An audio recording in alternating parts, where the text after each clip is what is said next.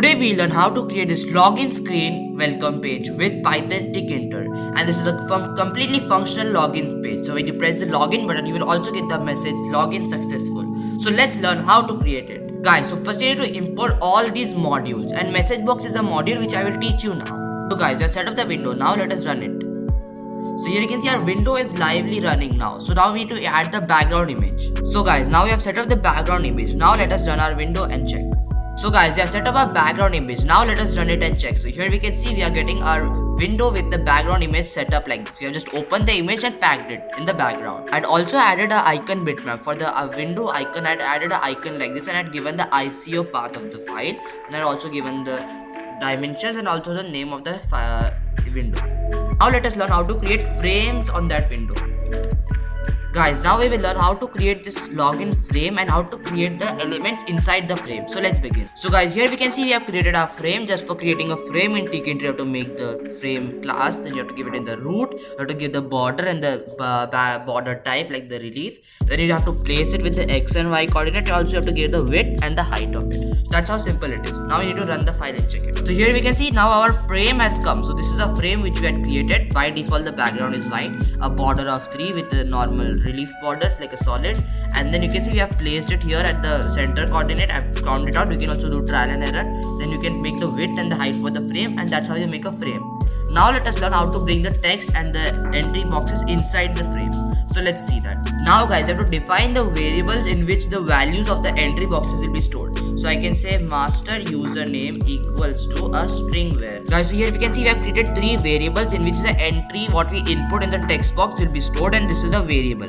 So to create the entry field, the text box, you have to give the variable for it. Then you have to give equal to the entry class. Then again it comes in the root window. You can give the background, you can give the foreground inside it, font. You can give the variable in which that value we enter is stored. So we have created all the string variables, okay, and then we can place it. You can give the height, width, etc., and then we can place it. Now let us run it. So guys, now what thing we need to change is that to bring the elements inside the frame, we need to give it in the frame, not in the root, but you need to put it inside the frame.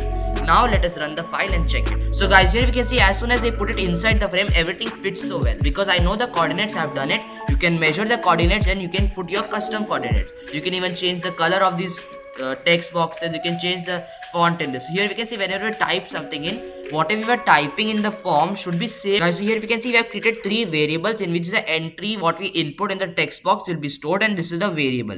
So to create the entry field, the text box, you have to give the variable for it. Then you have to give equal to the entry class. Then again it comes in the root window. You can give the background, you can give the foreground inside it, font. You can give the variable in which that value we enter is stored. So we have created all the string variables, okay, and then we can place it. You can give the height, width, etc., and then we can place it. Now let us run it somewhere. For that we had created this entry fields, and creating entry boxes are just so simple. Just to give the background color, the frame, and the width, height, and the username or the variable. That's how simple it is. Now the last thing to do is that we need to make a login button function and a login button.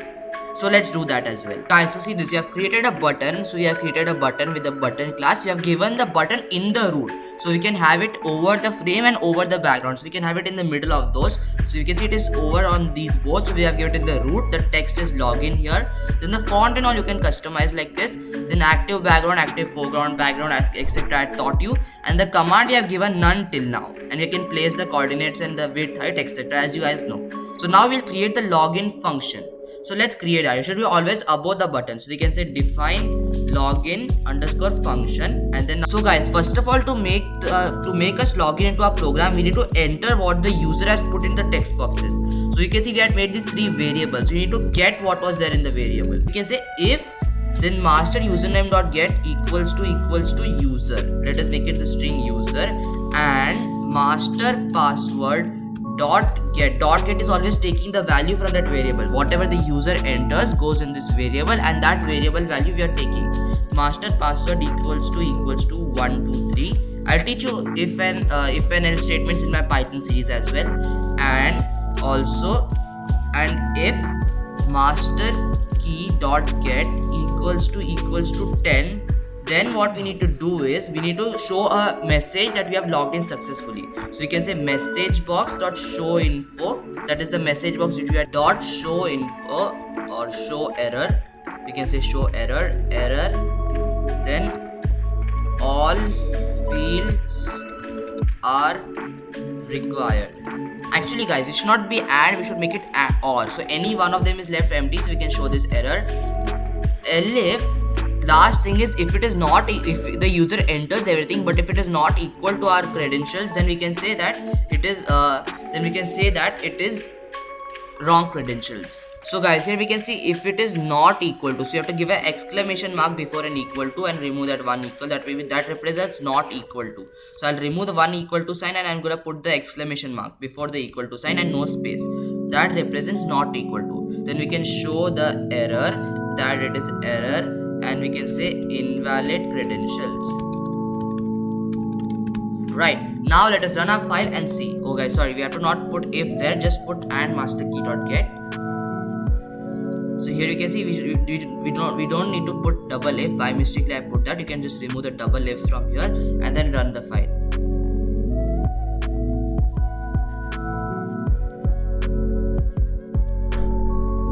Guys, so here we can see we don't need to put double if. I put that by mistakenly, and then here also you just don't need to put double if, just put an elif.